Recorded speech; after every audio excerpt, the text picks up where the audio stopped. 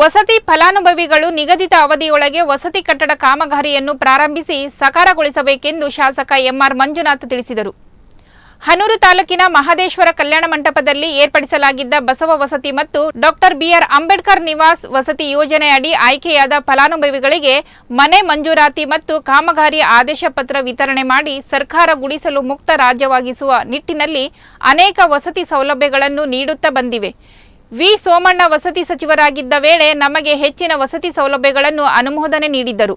ಕ್ಷೇತ್ರಕ್ಕೆ ಇನ್ನು 20 ರಿಂದ 25 ಸಾವಿರ ಮನೆಗಳ ಅವಶ್ಯಕತೆ ಇದೆ. ಎಂಪಿ ಚುನಾವಣೆ ಬಳಿಕ ನಾನೇ ಖುದ್ದು ಗ್ರಾಮಗಳಿಗೆ ಭೇಟಿ ನೀಡಿ ವಸತಿ ರಹಿತರನ್ನು ಗುರುತಿಸಿ ಸೌಕರ್ಯವನ್ನು ಒದಗಿಸಲಾಗುವುದು ಎಂದು ತಿಳಿಸಿದರು. ಈ ಒಂದು ದಿವಸ ಮಲೆಮಹದೇಶ್ವರ ಕ್ಷೇತ್ರದ ಅಧಿಪತಿ ಮಲೆಮಹದೇಶ್ವರನ್ನು ವಂದಿಸುತ್ತಾ ಬಸವ ವಸತಿ ಯೋಜನೆ ಜೊತೆಗೆ ಅಂಬೇಡ್ಕರ್ ವಸತಿ ಯೋಜನೆ ಅಡಿಯಲ್ಲಿ ಇವತ್ತೇನು 4,668 ಮನೆಗಳು ಬಂದಿವೆ.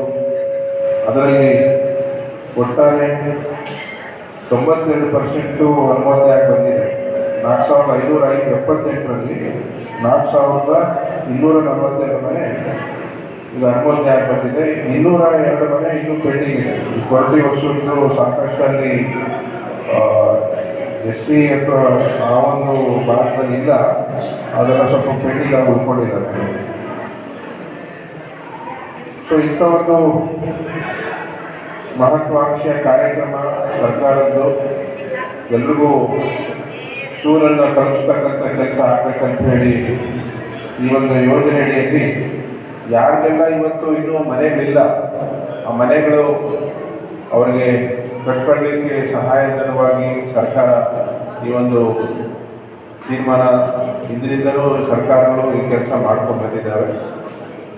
ಕಳೆದ ಒಂದು ಇಲ್ಲಿ ಮುಖ್ಯವಾಗಿ ಹೇಳಲೇಬೇಕು ಏನಪ್ಪ ಅಂದರೆ, ಮಾನ್ಯ ಸೋಮಣ್ಣವರು ಅವರು ವಸತಿ ಸಚಿವರಾಗಿದ್ದಾಗ ಈ ಕ್ಷೇತ್ರಕ್ಕೆ ಇಷ್ಟು ಮನೆಗಳನ್ನು ಮಂಜೂರು ಮಾಡಿಸಿ ಅವರ ಅವಧಿಯಲ್ಲಿ ಅನುಮೋದನೆ ಮಾಡಿದ್ರು. ಬಟ್ ಅದನ್ನು ಕೊನೆಗಾನು ಸರ್ಕಾರ ಬದಲಾದ ಮೇಲೆ ನಮಗೆಲ್ಲ ಅವಕಾಶ ಬಂತು.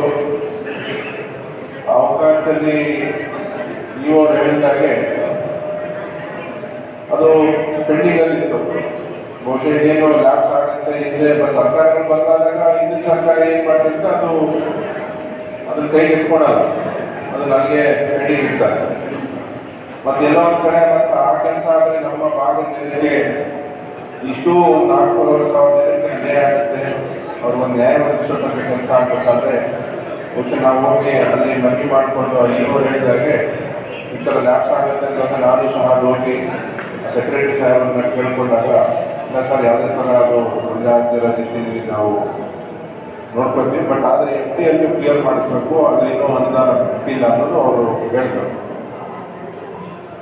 ಆ ಒಂದು ಪಾಯಿಂಟಲ್ಲಿ ನಾನು ಬಹುಶಃ ಅದನ್ನೇ ಒಂದು ಫಾಲೋ ಅಪ್ ಮಾಡಿದಾಗ 2-3 ಸಾರಿ ಹೋಗಿ ಅವ್ರನ್ನ ರಿಕ್ವೆಸ್ಟ್ ಮಾಡಿ ಸರ್ ಇಲ್ಲ ಇದಾಗಲೇಬೇಕು ಸರ್, ನಮ್ಮ ಭಾಗದಲ್ಲಿ ಇನ್ನಷ್ಟು ಜನ ಇಲ್ಲಿ ಬಡವರಿದ್ದಾರೆ, ಅವ್ರಿಗೆ ಮನೆ ಇಲ್ಲ, ನೀವು ಕನಿಷ್ಠ ಮನೆ ಅಂತ ಕೊಡೋದಾದರೆ ಇನ್ನೂ 20-25 ಸಾವಿರ ಮನೆ ಬೇಕು ನಮಗೆ, ಅಷ್ಟು ಇಲ್ಲಿ ಅವಶ್ಯಕತೆ ಇದೆ. ಹೌದಾ ಇಲ್ವಾ? ಬರೀ ನಿಮ್ಮ ಮನೆ ಪಕ್ಕದಲ್ಲೇ ಎಷ್ಟೋ ಜನಕ್ಕೆ ಇನ್ನೂ ಮನೆಗಳಿಲ್ಲ. ಆ ಥರದಲ್ಲಿ ಇನ್ನೂ ಒಂದಷ್ಟೆಲ್ಲ ನಾನು ಇವಾಗ ಅದೇ ಹೇಳಿದೆ, ಇನ್ನು ಯಾರು ಮನೆಗಳಿಲ್ವೋ ಅವ್ರನ್ನೂ ಸಹ ನಾವು ಪಟ್ಟಿ ಮಾಡಿ ಮುಂದಿನ ದಿನಗಳಲ್ಲಿ ಅವ್ರಿಗೆ ಒಂದು ಅವಕಾಶ ಕಲ್ಪಿಸುವಂಥ ಕೆಲಸ ಮಾಡಲೇಬೇಕು. ಅದಕ್ಕೆಲ್ಲನೂ ಆ ಒಂದು ಪಟ್ಟಿ ಮಾಡುವಂಥ ಒಂದು ಕೆಲಸನ ನೀವು ಪ್ರಾರಂಭ ಮಾಡಿ ಅಂತ ಹೇಳಿದ್ದೀನಿ.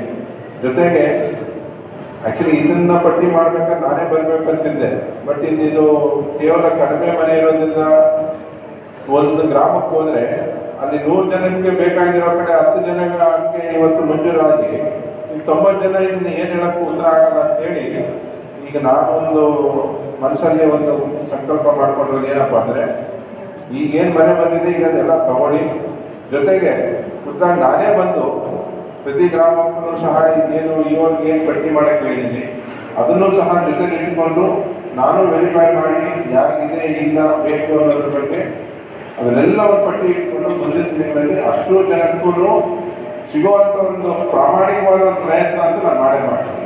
ಅಷ್ಟಂತೂ ಅದಕ್ಕೆ ಇದೆಲ್ಲರ ಸಹಕಾರ ಬೇಕಿದೆ. ಯಾಕಂದರೆ ಇದೆಲ್ಲ ಒಂದು ಅಷ್ಟು ಸುಲಭದ ಕೆಲಸ ಅಲ್ಲ. ಅದಕ್ಕೆ ಹಲವಾರು ಬಾರಿ ಒಂದು ಮಂತ್ರಿಗಳ ಹತ್ರ ಇರ್ಬೋದು, ಮುಖ್ಯಮಂತ್ರಿ ಹತ್ರ ಇರ್ಬೋದು, ಸೆಕ್ರೆಟರಿಗಳ ಹತ್ರ ಇರ್ಬೋದು ಓಡಾಡಿ ಅವರ ಒಂದು ವಿಶ್ವಾಸ ಗಳಿಸಿ ಈ ಥರ ಈಗ ನಮ್ಮ ಭಾಗದಲ್ಲಿ ಜನ ಇನ್ನೂ ಮನೆ ರೈತರಿದ್ದಾರೆ, ಅವರೊಂದು ನ್ಯಾಯ ಒದಗಿಸಬೇಕನ್ನೋ ಕೆಲಸ ನಾನು ಅವ್ರನ್ನ ಒತ್ತಾಯ ಮಾಡೋದಕ್ಕೆ ನಾನೆಲ್ಲ ಥರದ ಒಂದು ಪ್ರಯತ್ನ ಮಾಡ್ತೇನೆ. ಏನು ಈ MP ಎಲೆಕ್ಷನ್ ಬರೋದಿದೆ ಮುಂದೆ, ಆ MP ಎಲೆಕ್ಷನ್